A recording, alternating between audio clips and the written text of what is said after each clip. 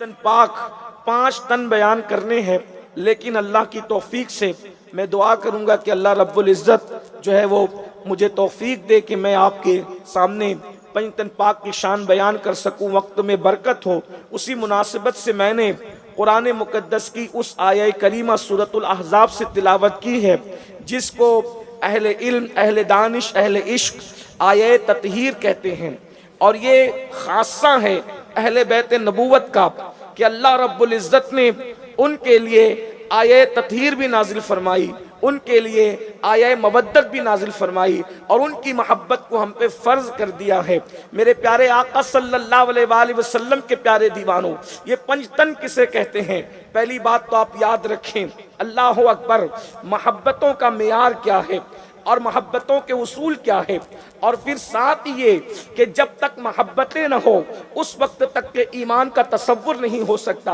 اور جن کا ذکر لے کر ہم بیٹھے ہوئے ہیں یہ وہ لوگ ہیں جن کی محبت اصل ایمان ہے، جن کی محبت عین ایمان ہے، جن کی محبت دلوں کی زندگی ہے، جن کی محبت تقدیر کو سنوارنے کا ذریعہ ہے، جن کی محبت وہ ہے کہ اللہ کے رسول صلی اللہ علیہ وآلہ وسلم فرماتے ہیں، ترمذی شریف کی حدیث ہے، آقا ارشاد فرماتے ہیں کہ جو مجھ سے اور یہ سو رہا ہے اس سے اور فاطمہ سے، حسن و حسین سے، یعنی 5 تن سے محبت کرے گا، اللہ رب العزت جنت میں اس کو اس درجے میں رکھے گا جس درجے میں میں محمد رہوں گا۔ اندازہ فرمائیں جنت کے جس درجے میں مصطفیٰ جان رحمت ہوں گے، آقا فرماتے ہیں 5 تن سے محبت کرنے والے، مفہوم حدیث ہے 5 تن سے محبت کرنے والے۔ یہ 5 تن کون ہیں؟ ایک تن ہے محمد الرسول اللہ کا، ایک تن ہے علی مرتضیٰ کا، ایک تن ہے فاطمہ الزہرا کا، ایک تن ہے حسن مجتبیٰ کا، ایک تن ہے حسین شہید کربلا کا۔ جو ان سے محبت کرے گا، آقا فرماتے ہیں کہ وہ جنت میں میرے ساتھ ہوگا، جنت میں میرے درجے میں ہوگا۔ اہل بیت سے محبت پر اگر کوئی اور صلہ نہ بھی دیا جاتا تو یہ کیا کم ہے کہ اللہ نے مصطفیٰ جان رحمت کا جنت میں پڑوس عطا فرمایا۔ سبحان اللہ، کتنی بڑی بات ہے، کتنا عظیم معاملہ ہے۔ ان کی شان کیا ہے؟ اس میں پہلا تن محمد الرسول اللہ کا، پہلی ذات مصطفیٰ جان رحمت صلی اللہ علیہ وآلہ وسلم کی۔ ہم اہل سنت کا عقیدہ یہ ہے، حضور جیسا نہ کوئی تھا، نہ ہے، نہ ہو سکتا ہے۔ حضور علیہ السلام کی شان کوئی کیا بیان کرے؟ میرے امام کہتے ہیں سرور کہوں کہ مالکو مولا کہوں تجھے، سرور کہوں کہ مالکو مولا کہوں تجھے، باغ خلیل کا گل زیبا کہوں تجھے۔ روناہی والوں اور گرد و نواح سے آنے والوں، میں ہر 2 جملے پہ یہ نہیں کہہ سکتا کہ بولو سبحان اللہ، میں تو آپ کے عشق پہ چھوڑتا ہوں کہ آپ حضور کا ذکر سن کر بھی چپ رہتے یا بولتے ہیں۔ ارے یہ تو وہ ذکر ہے جس پر کنکر بھی بول پڑتے ہیں۔ ہاں، لیکن آدھی رات ہو جائے تو سنی تھکتا نہیں ہے، آدھی رات ہو جائے اس لیے کہ یہ وہ ذکر ہے جو تھکن اتار دیتا ہے۔ اندازہ فرمائے، امام کہتے سرور کہوں کہ مالک و مولا کہوں تجھے، باغ خلیل کا گل زیبا کہوں تجھے، حرمہ نصیب ہوں تجھے امید کے کہوں، جانے مراد، مراد نہیں، فرمایا جانے مراد۔ مراد اور جانے مراد میں فرق ہے، اور کتنا بڑا فرق ہے، زمین اور آسمان سے بھی بڑا۔ اس لیے کہ مراد اس کو کہتے ہیں، مراد اس کو کہتے ہیں جس کو انسان چاہتا ہے، اور جانے مراد اس کو کہتے ہیں کہ اس کے بغیر مراد مراد نہیں ہوتی۔ میرے امام کہتے ہیں جانے مراد ساری مرادوں کی جان ہے، اللہ اکبر، ساری مرادوں کی جان، جانے مراد۔ کانے تمنا کہوں تجھے، اللہ رے تیرے جسم منور کی تابشیں، اللہ رے تیرے جسم منور کی تابشیں، اے جانے جاں میں جانے تجلا کہوں تجھے۔ اور کہتے تیرے تو وصف عیب تناہی سے ہے بری، حیران ہوں میرے شاہ میں کیا کیا کہوں تجھے۔ اور کہہ لے گی سب کچھ ان کے شناخا کی خاموشی، چپ ہو رہا یہ کہہ کے میں کیا کیا کہوں تجھے، لیکن رضا نے ختم سخن اس پہ کر دیا، خالق کا بندہ خلق کا آقا کہوں۔ نعرہ تکبیر۔ یہ وہ تن ہے یہ وہ تن ہے تن مصطفیٰ. حسن کا عالم یہ ہے کہ ان جیسا نہ چشمے فلک نے دیکھا نہ پشت زمین نے دیکھا. ان کے حسن کے بارے میں کہا گیا، حضرت حسان کہتے ہیں کہ آپ جیسا کسی ماں کی گود میں آیا ہی نہیں، کسی ماں نے آپ جیسا جنم دیا نہیں. توجہ کرنا، اب میں پنجتن کی شان بیان کرنے لگا ہوں، لیکن پہلے توجہ کرنا حضور کی شان کیا ہے. پہلا تن حضور علیہ الصلوۃ والتسلیم. حسان کہتے ہیں وَأَحْسَنُ مِنْكَ لَمْ تَرَ قَطُّ عَيْنِي وَأَجْمَلُ مِنْكَ لَمْ تَلِدِ النِّسَاءُ خُلِقْتَ مُبَرَّأً مِنْ كُلِّ عَيْبٍ كَأَنَّكَ قَدْ خُلِقْتَ كَمَا تَشَاءُ. حضور آپ جیسا حسن والا میری آنکھوں نے دیکھا ہی نہیں. آپ جیسا حسن والا میری آنکھوں نے دیکھا ہی نہیں. آنکھیں کیا دیکھتی ہیں؟ آپ جیسا حسن والا پیدا ہی نہیں ہوا. آپ جیسا حسن والا پیدا ہی نہیں ہوا. حضور کا حسن ایسا تھا، صحابہ کہتے ہیں کہ اگر اللہ قرآن نازل نہ بھی کرتا تو حضور اتنے خوبصورت تھے کہ لوگ حضور کو دیکھ کر ہی مسلمان ہو جائیں. علامہ عبد الرحمن جامی کہتے ہیں آیات قرآن ابرویت، تفسیر قرآن گیسویت، روئے تو قرآن ما ایما توئی ایما توئی. اور میرے امام اس کو اردو کے پیکر میں یوں ڈھالتے اللہ کی سرتاب قدم شان ہے، انسان نہیں انسان وہ انسان ہے. یہ قرآن تو ایمان بتاتا ہے انہیں، ایمان یہ کہتا ہے میری جان ہے. یہ اندازہ فرمائے حضور کا حسن کیا تھا، ان جیسا کوئی ہے ہی نہیں. حسان بن ثابت کہتے ہیں یا رسول اللہ ہر عیب سے پاک. اگر آپ کی توجہ ہے تو غور کریں، یہ صحابی کا عقیدہ ہے. ہر عیب سے پاک اللہ نے آپ کو پیدا فرمایا. یعنی جو عیب ہو سکتے تھے وہ سارے عیبوں سے اللہ نے اپنے محبوب کو پاک کر دیا. اور آگے بڑھ کے یہ بھی کہوں جتنی خوبیاں ہو سکتی تھی وہ ساری خوبی اللہ نے اپنے محبوب کو عطا فرمائی. حضور اکرم صلی اللہ علیہ وسلم کی شان ہر عیب سے پاک اور ہر خوبی کا جامع کون ہے؟ ذات رسالت ماں محمد الرسول اللہ کی ذات ہے. اور کہتے کأنک قد خلقت کما تشاء، گویا کہ صحابی رسول نعت بھی کہہ رہے ہیں لیکن احتیاط کا دامن کیا ہے. کہتے کأنک، گویا کہ آپ جیسا بننا چاہتے تھے، آپ جیسا بننا چاہتے تھے خدا نے آپ کو ویسے ہی بنایا. یہ حضور علیہ السلام کی شان. اس لیے حضور جیسا کوئی نہیں. حضور اکرم صلی اللہ علیہ وآلہ وسلم کی شان میں یہاں تک آیا کوئی دنیا میں کتنا بھی خوبصورت ہو، کتنا بھی، تو اگر وہ مسواک نہ کرے تو اس کے منہ سے بدبو آتی ہے، اگر نہ نہائے تو اس کے پسینے سے بدبو آتی ہے.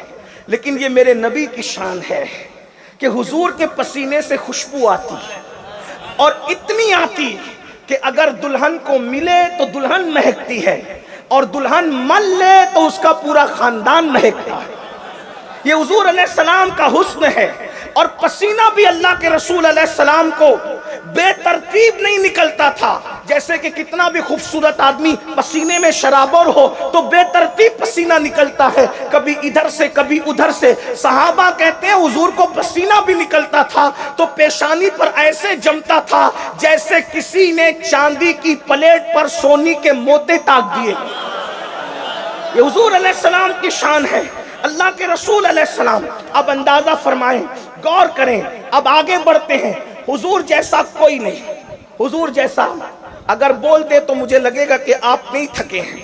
اب مجھے بات آگے بڑھانی ہے ورنہ 10 منٹ کافی ہے گفتگو کے لیے. 10 منٹ تھکے ہوئے کو تھکانا یہ ظلم ہے. لیکن اگر آپ نہیں تھکے ہیں تو مجھے بات آگے بڑھانی. تھک گئے تو بات پوری ہو گئی. توجہ فرمائیں. اگر آپ نہیں تھکے ہیں تو غور کریں. حضور جیسا، حضور جیسا، حضور جیسا کوئی نہیں. کوئی حضور علیہ السلام جیسا نہیں. لیکن اب ام المومنین سیدہ طیبہ طاہرہ صدیقہ بنت صدیق کہتی ہے میں نے حضور جیسا حسن اگر کسی میں دیکھا تو وہ ایک ذات. اب توجہ ہوگی آپ کی، اور اب ذکر آگے بڑھ رہا ہے. اللہ اکبر. یہ ام المومنین سیدہ عائشہ صدیقہ فرما رہی حضور علیہ السلام کے حسن کو میں نے ایک ذات میں دیکھا. اور صرف حسن نہیں دیکھا، چلنا بھی انہی کی طرح، بولنا بھی انہی کی طرح، اٹھنا بھی انہی کی طرح، بیٹھنا بھی انہی کی طرح. کائنات خدا بندی میں کوئی ان کی طرح نہیں. اور نہ میں اس سے مثلیت بیان کر رہا ہوں، لیکن شباہت کا تذکرہ ضرور کر رہا ہوں. توجہ فرمائیں. اللہ اکبر. غور کریں. یہ ام المومنین مفتی 4 ملت سیدہ طیبہ طاہرہ صدیقہ بنت صدیق کہہ رہی ہے کیا کہ میں نے حضور جیسا خوبصورت چہرہ ایک دیکھا، اور صرف چہرہ نہیں دیکھا، اٹھنا بھی انہی کی طرح، بیٹھنا بھی انہی کی طرح، صداقت بھی انہی کی طرح، بولنا بھی انہی کی طرح، سخاوت بھی انہی کی طرح. آخر انسان کے کان بے چین ہو جاتے ہیں. وہ کون ہستی ہے جس کا حسن مصطفیٰ کی یاد دلاتا ہے، جس کی سخاوت مصطفیٰ کی یاد دلاتی ہے، جس کا چلنا مصطفیٰ جان رحمت کا خرام ناز کرنا یاد دلاتا ہے. تو اماں عائشہ کہتی ہے وہ کوئی اور نہیں ہے، وہ فاطمہ بنت محمد ہے. نعرہ تکبیر. دونوں ہاتھوں کو اٹھا کر نعرہ تکبیر.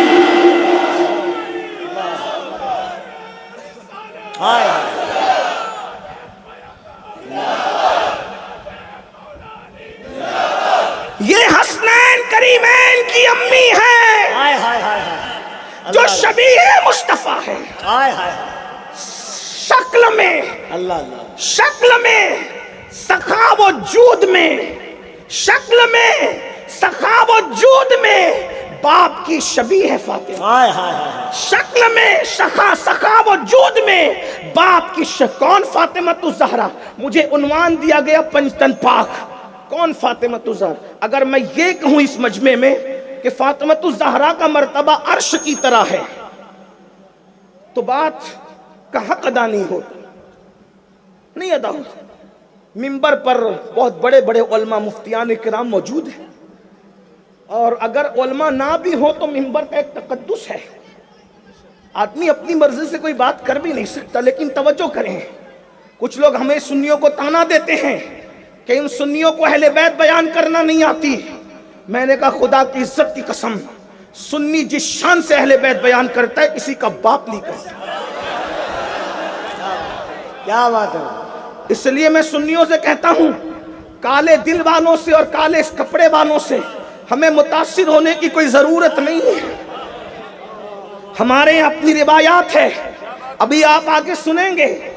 اور الحمدللہ 1450 سال سے جتنا سنیوں نے اہل بیت بیان کیا ہے اتنا کسی کے یہاں تصور نہیں ہوتا. اس لیے کہ 1450 سال سے تو ہم ہی ہیں. آپ کی ولادت بھی نہیں ہوئی تھی تب سے ہمارے اہل بیت پڑھا جا رہا ہے. اور اپنے جوانوں سے کہتا ہوں کسی سے متاثر ہونے کی ضرورت نہیں ہے. الحمدللہ ہم نہ وہ لوگ ہیں کہ جو اہل بیت کا نام لے کے صحابہ کو چھوڑ چکے ہیں، اور نہ ہم وہ لوگ ہیں جو صحابہ کا نام لے کے اہل بیت کو چھوڑ چکے ہیں. ہم وہ ہیں، ہم کہتے ہیں ہمارے ہاتھ کو اللہ نے دو اسی لیے دیا کہ ایک ہاتھ میں صحابہ کا دامن ہے، دوسرے ہاتھ میں اہل البیت کا دامن ہے. اور اہل سنت کا امام کہتا ہے اہل سنت کا ہے بیڑا پار، اصحاب حضور نجم ہے اور ناؤ ہے اطرت رسول اللہ. اگر رونائی اور گرد نواز سے سننے والے واقعی سننے آئے تو توجہ فرمائیں.